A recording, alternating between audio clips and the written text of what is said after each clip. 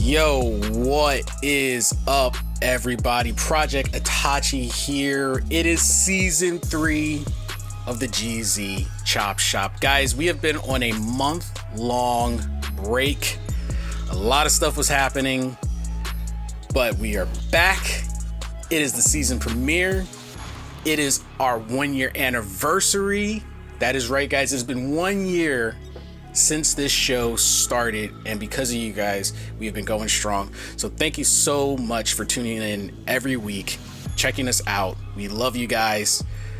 So without further ado, let's get to the whole reason you guys are here. Welcome back, everybody. Also, we have our special co-host, the one, the only Warnurse, is joining us this week for this episode. What is up, buddy? How are you? Itachi, first of all, thank you very much for having me. This is really exciting, and I'm Absolutely. Glad to be part of it. I'm doing really good. I just got off work this morning, got a little rest, and here I am, still extremely exhausted. So I'm ready to get this kicked off, man. Yeah. So for those of you guys who don't know, Warnurse is a fellow streamer on Twitch. We actually served together in the Navy, so we do have a history together. We've been good friends for a very long time, so it is definitely my pleasure to bring on another friend and a fellow vet onto the show.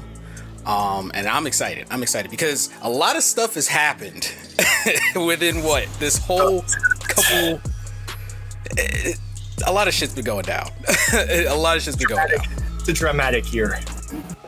Yeah, it's been a busy year, and that definitely includes the whole streaming part of things. So that's what we're going to focus on today.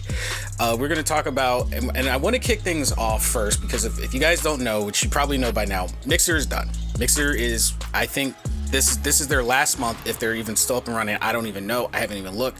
After Mixer decided to pull the plug, it definitely sent a ripple of effect of things in the streaming community as a whole, and definitely the one thing I want to talk about, and I'm gonna, in my own conspiracy theory, I want to break down how I feel everything in its own weird way is connected, and that's talking about the permanent Twitch ban of Dr. Disrespect.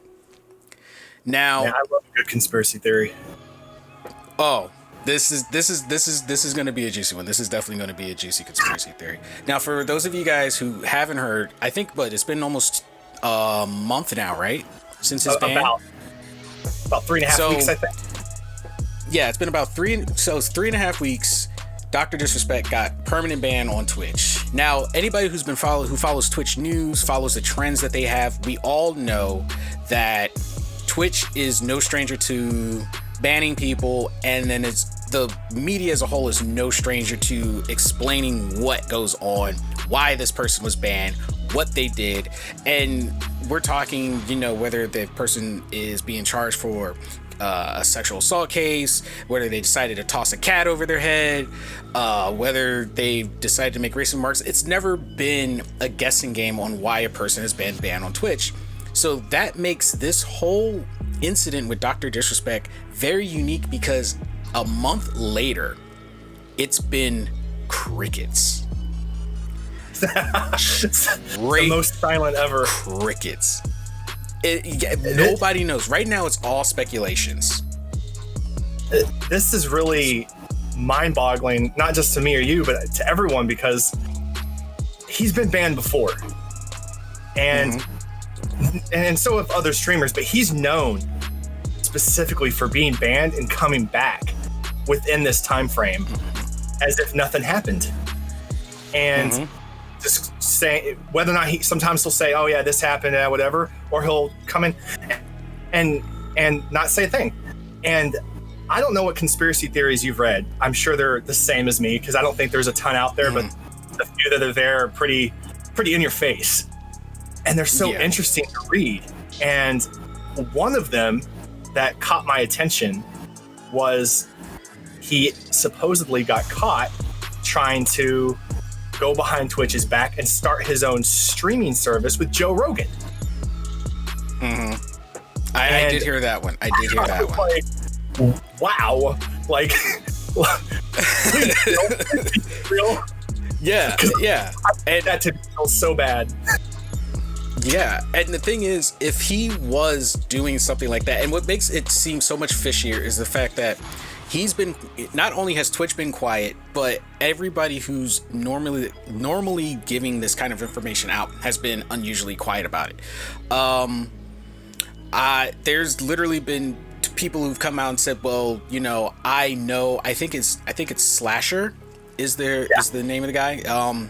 Literally came out and was like, I know the reason, but I'm not comfortable talking about it because it's sensitive topics. And I'm sitting there thinking, what could be more sensitive than probably, I don't know, a sexual assault case that makes highlights.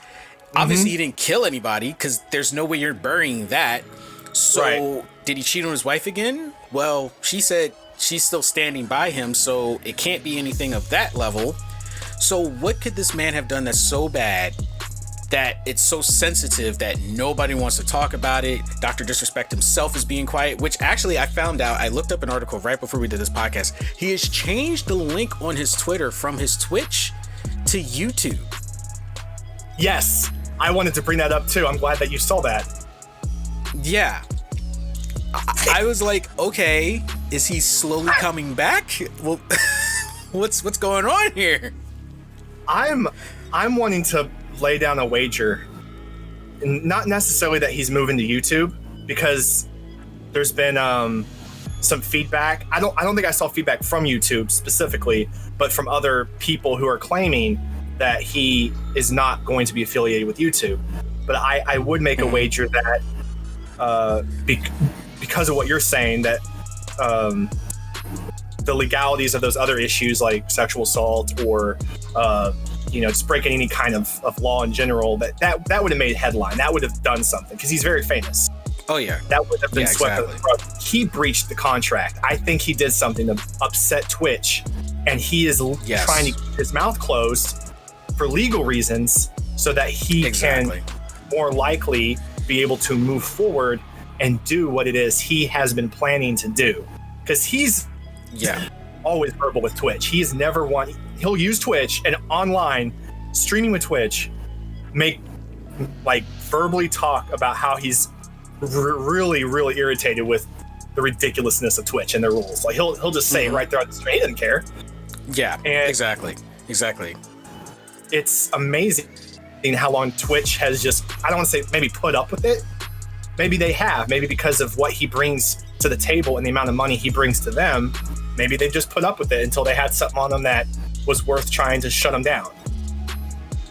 And it's funny that you bring that up, because that actually makes me think of a different scenario altogether, where maybe Twitch had been trying to figure out how to get him off of their platform with little damage to themselves. Because you bring up a valid point. He has never hesitated to call out streamers, Twitch, anyone on what he deems being, bullshit. So he's become famous for it. But I mean, you can't say you're surprised. The man's name is Dr. Disrespect. That's literally his motto. Like, come on. So if Twitch wanted to get rid of him, their hands were tied for several reasons.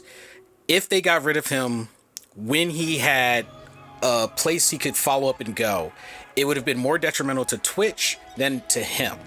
Because at the time, the pool of streaming platforms was still very vast. And wherever he would have gone, he probably would have brought fame with him. Because you have to think, you still have even small time ones like player.me, you have Mixer, you have Twitch, you got YouTube, you got Facebook Gaming. There was plenty of places that would have eagerly grabbed up someone like Dr. Disrespect if Twitch was like, okay, we can't have this, you gotta go. So I think Twitch was being passive until they could think of a way to get rid of him. And I also think from a business perspective, another reason, because I'm just going to say this right now, I 110% believe everyone, including Slasher, was hit with an NDA and maybe a little extra couple dollars in their pocket. Say this, say no more. That's the end of it. Because when Mixer shut down, and a lot of people have been saying this, the timing, they may not be connected, but the timing was just too perfect. Mixer gets the can. Microsoft says, you know what? We're done. They don't want to admit the real reason they're done, but if you've done your research, you know the real reason Mixer is done. They're shut down. They're like, hey, we're going to absorb ourselves into Facebook gaming and become this new thing. And even though Facebook gaming is on the rise, a lot of people don't feel comfortable with it because they are not able to remain as anonymous as you are on the other streaming platforms such as YouTube and Twitch. So a lot of people aren't too comfortable with that. So once again, Twitch has outlasted a competitor, and Twitch took the Mixer threat very serious because they started changing their whole platform. It was Microsoft. It wasn't appeal. a small company coming after them. It was Microsoft. Yeah. It was Microsoft. So Twitch took it seriously because then they added the whole channel point system and the hype train. They started adding all this stuff. Like, hang and on. it's like, yeah, we were thinking about doing this forever. It's like, yeah, okay. You've been around how long and you're just now thinking about doing this? Yeah, okay. Right. But with the collapse of a platform like Mixer, I think Twitch needed an opening, and this was the perfect opening. Because then you gave him, not only did Twitch drop him, but his sponsors dropped him as well. So with a company as powerful as Amazon, they could write the fattest checks to whoever they want. And I also think because when Mixer collapsed, Brime started to surface and all the controversy and conversations that came with that. And nothing would upset Twitch more than another streaming platform from the ashes of Mixer rises a new threat. And if Brime comes to these gamers or these partners on Twitch that are not happy with the direction Twitch is taking, because you've got to think Twitch was built by gamers. It was a platform for gamers, and now it's trying to, in its own way, become YouTube, which for the gamers, a lot of them aren't comfortable because now they're just feeling like the effort that they had to put in meant nothing when you can get streamer so-and-so that comes over, and does a little to no effort and blows up in popularity. It's like, so Twitch is just opening up to everybody. Cool. It's also an insult to the creative streamers who, they're crafting and they're building and they're doing all these things. And then once again, those same streamers come along, a little bit of mental effort, boom, popularity. And we all know Twitch does not stick with its TOS to save lives at all. So Twitch and their bullshit. Exactly. And I think a lot of these partners were ready to bail out. And the best scare tactic Twitch could do to keep their partners in line is to show that they're willing to ban. Yeah, they'll take down a big dog. And then that means everyone else who's got that purple check mark that knows they're nowhere near that level of popularity is scared. And that is a feeling. And I was reading articles. That's a feeling that a lot of people have. The problem with Twitch not saying what he did wrong is now the streamers don't know what they're doing wrong. But I think that's what Twitch wants. It's like when you decide your significant other and they give you the silent treatment. That's what's going on. Exactly. Now they took Dr. Disrespect down to Dr. Passive. Exactly. So, and because you'll never know, we will never know the truth. With all this time, whatever story comes out, I'm going to tell you right now, my personal belief, whatever story comes out about what he did is total, utter bullshit. They're trying to, if it doesn't die down within the next month, they'll come up with some bullshit story. They'll give it to everyone to keep everyone passive, and then that'll be it. But the truth of the matter, we'll never know. And with so much time, NDAs were handed out, checks were written, and this will keep all the partners on edge, and it will keep them from thinking about jumping ship to another competitor. That is what I think. I think that's what got him canned. I think he was in talks, and Twitch caught wind of it, and they knew that if they were going to strike, this was the time to strike. And this will keep people from bailing. I completely agree. And who better on this planet to challenge Twitch than the guy who, in his early to late 20s, wasn't just learning about streaming, but was developing these platforms when they were first on the rise, developing the early Call of Duty games. Like he was there when all of this stuff was being created, and he was part of that creation in his own right. And so he has an insight that other streamers just do not have. He has a talent and a skill tree that these other streamers do not have. So who better to challenge Twitch than Dr. Disrespect, who all he needs is the right financial backing. And I feel he can do with his knowledge to Twitch what even Microsoft could not or did not have the skills to do, because they didn't have someone like Dr. Disrespect in his background. Yeah, exactly. And just to prove, because I know a lot of people are thinking, well, it's probably business is business. I just want to point out Ninja and Shroud were offered a shit ton of money, double what Microsoft gave them to hop over. That. And they said no. They turned it down. They said no. They turned it down. That speaks volumes. That does. Does that say that they're not? Does that say they're skeptical and they're not confident in what Facebook has to offer because of what happened to Mixer, or does it say, like some of these theories might suggest, that they're already onto something else and they don't want to talk about it either? I'm thinking they're probably already onto something else and they don't want to talk about it either. Because even when Ninja made the jab about going to Brime and his wife in the background flipped out about it, if you look at his face, you could tell he was kidding. You can tell he was kidding. But at the same time, it's like the saying goes, there's always a little bit of truth behind every joke. There's always a little bit of truth. And I'm going to say, and you've done it too, I've gone down the rabbit hole that is Brime. In fact, I am in their Discord and I have been reading their suggestions. I have been looking at their community and I've been watching, I guess you could say, their admin and their engineers when they're in their little video chat, and I guess they're building up. And a lot of people have been giving them shit because they don't have a functioning website yet and they don't have this and this. And you know what I say to that? I say, okay, they don't have a functioning website. They don't have all the stuff to slap and brag. That's good. And I say that's good for several reasons. That means they're not trying to rush a broken product out the door. Yep, absolutely. That means they're listening. They're listening to their potential viewer and streamer base, and they're trying to correct errors before they happen. Is it going to be perfect at launch? Absolutely not. There's going to be bugs. There's going to be problems. They know this. But they also know shoving product out the door, especially with the shade they've thrown at Twitch and not delivering on some of those things, will burn them before they even take off the ground. They know this. So with everyone who's been trying to badmouth it, I'm like, you know what? This is my prediction for Brime. If Brime sees it through and they do become that streaming platform that gamers want, because right now, let's be honest, gamers are homeless.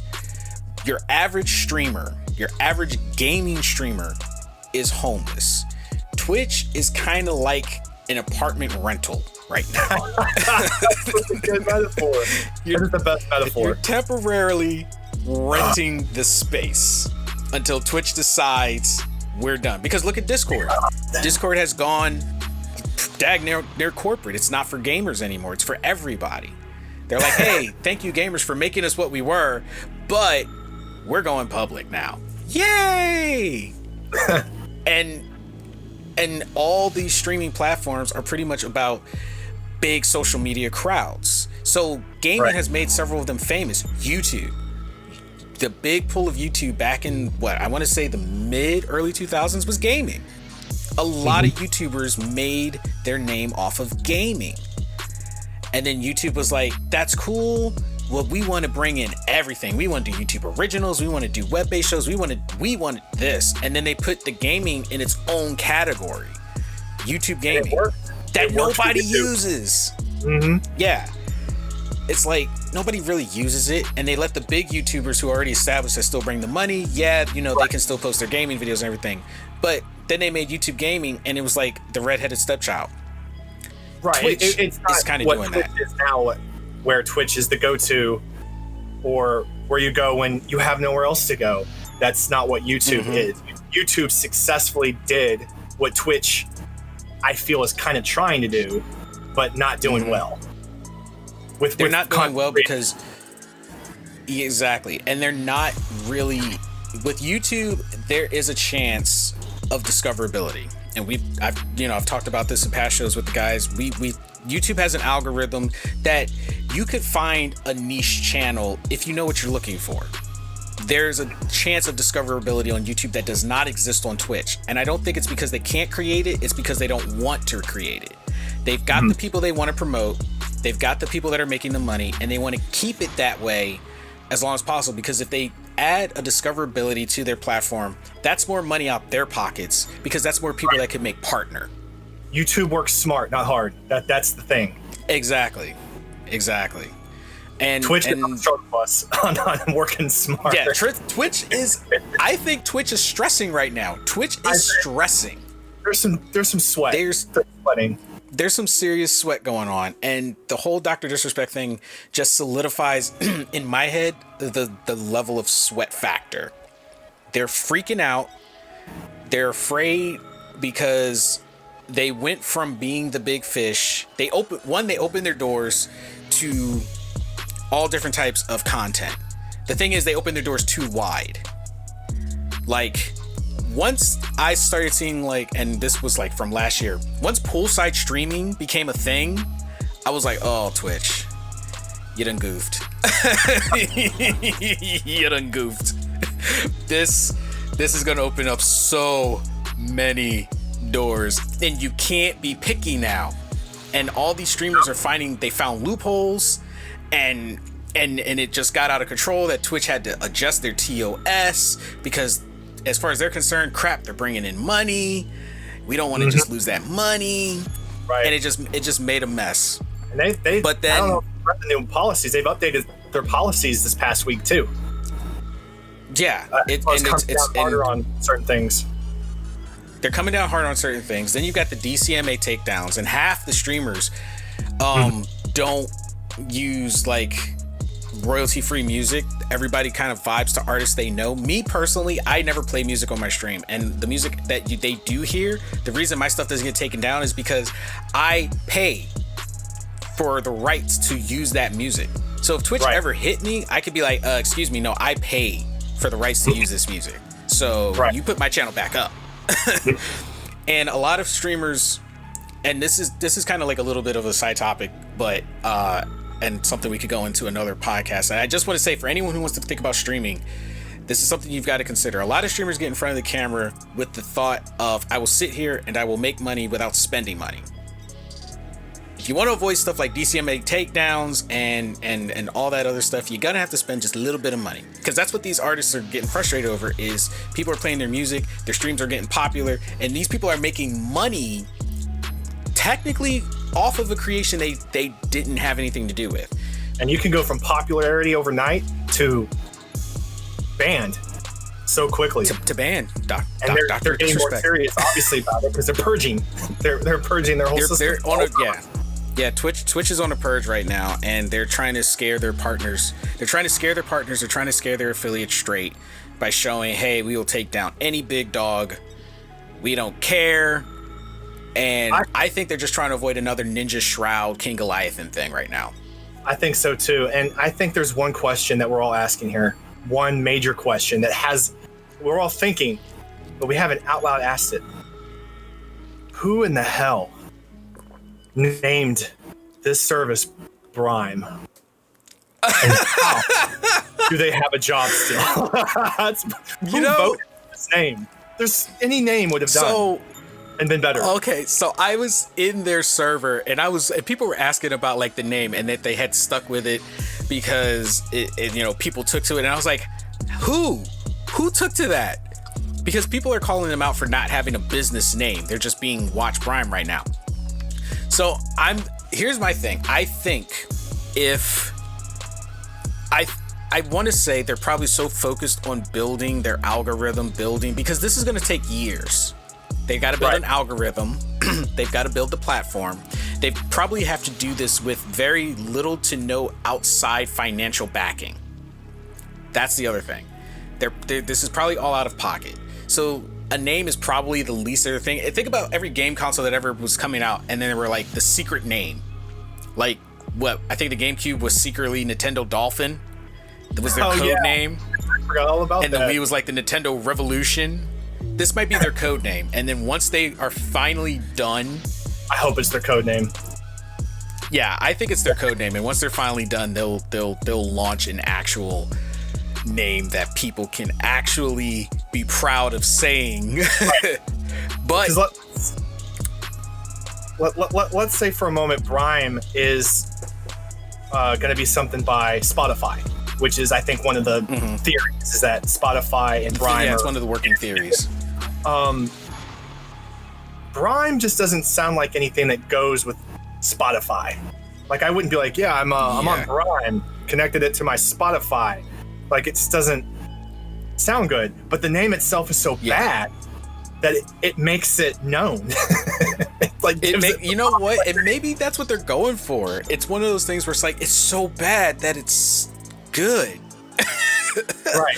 It sounds like a sulfuric volcanic rock, and I just want to stay home.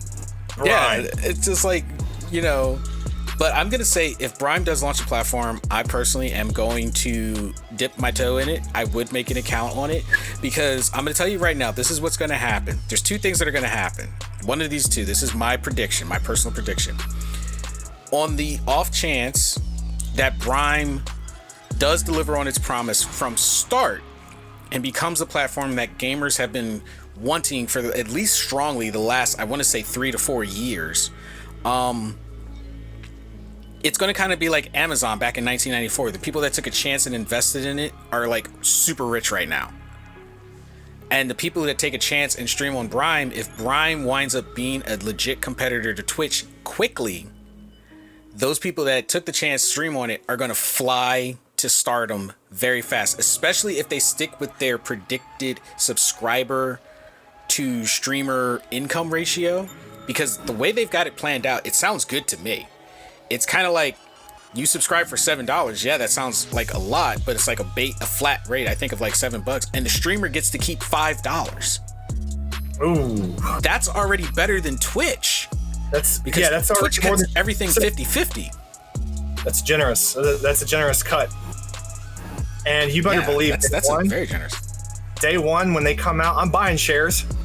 So hard, because if they make in the way Twitch has, I will be on my boat in 20 years.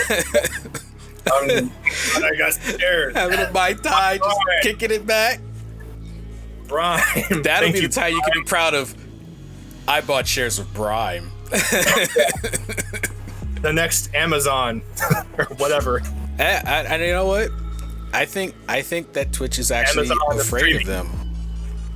They should be, because any competitor that rises up right now should be considered a threat and taken seriously, because Twitch, I don't want to use the word monopoly. Monopoly might be the wrong word, but you see where I'm going there. They have a foot on the ground here, that even though they have their mistakes, they have a foothold that is very difficult to move. And Twitch can make mistakes right now because of their popularity, because they're the go-to for everyone, no matter what the situation. So anyone can rise up and build their own new model, think outside the box, and come at Twitch. And Twitch would have to counter that and change their model, which could hurt their model, because they already have something that's working for them. Exactly. And if Brime becomes a viable threat, and especially since Twitch has made a big push about advertising esports and playing esports on the channel, if Brime winds up offering something that's more appealing to the esports crowd, that would be a huge push for them. And if they offer it at I don't know like what kind of business arrangements they have, whether those people pay Twitch for their time.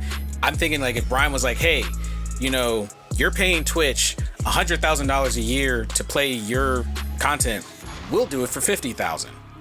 Right. Yeah, it's a partnership for sure, and I think it's a partnership that is going to be very difficult and will take years for whoever comes up to compete against Twitch to possibly compete with on that level, because it will definitely take a hell of a streaming service to take Twitch out of partnership with esports. That's not going to be an easy thing to do. Yeah. So I look forward to what the next few years in streaming has to offer. The next 10 years that has to offer. It's going to be exciting, but it's going to be a shit show to watch. It's going to be like watching a thriller drama series on Netflix. You don't It's good. Yep, exactly. You're gonna be sitting there trying to chug down your popcorn and just be like, "What's gonna happen next?" Good Lord. It's gonna be bad. It's gonna be bad, but it's gonna be so good. But I definitely want to hear your guys' thoughts on this. What do you guys think? Do you think Twitch is actually scared of Brime? Do you think Brime has the potential to become the next juggernaut over years and overrun Twitch? I mean, on the flip side, if Brime comes and nothing happens and they don't go anywhere, it's not really a loss to anybody. It might be a sad, balloon deflating disappointment. But I think because Brime is already at rock bottom because there's already so many people that don't have faith in it. So they really can't disappoint. They really can't disappoint. I relate. And that's actually a good place to be for them. Because all they can do is go up from here. That's all they can do. Because so many people are already expecting it to fail that all they can do is be better. And if they fall off the rocks, all everyone's going to say is, "Ha, we knew it, told you so." Yeah. But with Mixer really was a big letdown because they had already done everything and, gave these streamers this false sense of a new home. And a lot of them are starting over. And, they're just, that's what I'm saying. Like, gamers are just kind of getting thrown around. There's abandonment issues there for sure now. Definitely abandonment issues. And trust issues as well, because Twitch is the hardest place to grow. It is by far the hardest and not exactly the friendliest place to grow. So when you I also wonder, and this is just like a minor thing, I wonder if they got rid of Dr. Disrespect because Ninja became a free agent. They were like, well, if we get rid of the person that called Ninja out, maybe Ninja will come back. And he didn't. He went to YouTube. I refuse to believe that Ninja Shroud and Dr. Disrespect are not friendly with each other outside of the typical online personas and competition that they have. Yeah. I mean, it's already known, like, Shroud and Dr. Disrespect are actually really friends. Like, they're actual friends in real life. So, all of this stuff happening, I think, is just Twitch trying to show that they've got big balls and they're the big fish in the sea in the terms of live streaming. But they don't realize they're also still a niche. Everybody in the world knows YouTube. Well, we'll say 90% of the people in the world know YouTube. Not everybody knows Twitch. No. So, they're trying to become the next YouTube. And I think if they keep doing what they're doing, they're going to shoot themselves in the foot with their own gun.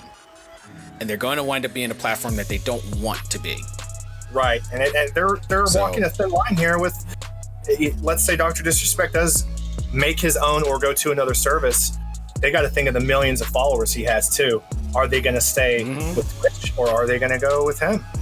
And my best bet is because I'm going to tell you right now, business is business. And if he still brings in the numbers, those sponsors, new sponsors, whatever, they're going to want to cash in. They're going to want to cash in on that. They're going to be coming back and being like, hey, okay, so remember when we cut that check from you? How about we pretend that never happened? Because his followers being in the dark, that's not going to hurt him. Not in the eyes of followers, because they're going to be like, well, we don't know what he did wrong. So as far as we know, Twitch, you were just being unfair. So a year from now, we'll see him on the Jimmy Kimmel show again, or late night with Jimmy Kimmel, whatever. And making his jokes, doing what he does, being Dr. Disrespect. But guys, let us know your thoughts. You can hit us up on the Facebook page. Let us know what you think about the Dr. Disrespect ban. Hit us up on the Twitter, and that's right, I said on the Twitter at the GZ Chop Shop. After I realized I said on the Twitter, I'm like, gosh, hey guys, hit us up on the internet. How old am I? Gosh. Hit us up on all ye old internet. But no, let us know your thoughts. Let us know what you think about the future of streaming. How do you feel as a streamer? Do you feel things are going in a good direction? Do you think things are going in a bad direction? But let us know your thoughts. Also, the Patreon special offer to nab yourself our 1-year anniversary GZ Chop Shop pin will end this Saturday. So if you have not checked out our Patreon page, make sure you go there and check it out. You guys are going to want to get these pins. These are custom made pins by our friend Soulbound Leather. If you guys have seen some of the posts, she does some amazing stuff. So you guys are going to want to get these pins. You're going to want to grab them up. I already got mine. You know, I'm gonna be showing that pin everywhere. Nice. But before we get out of here, Warnurse, do you want to let everybody know where they can find you so they can talk to you directly? Yeah, absolutely. You can definitely find me at twitch.tv/Warnurse, just as it's spelled. And I'm working on YouTube. That'll be more public pretty soon. So I hope to see you guys there in the future. But until then, you can always reach me through Itachi as well. All right. Guys, once again, so happy to be back. Thank you for joining us for the season 3 premiere. And we will catch all of you wonderful people on the next episode. Stay safe out there, everybody.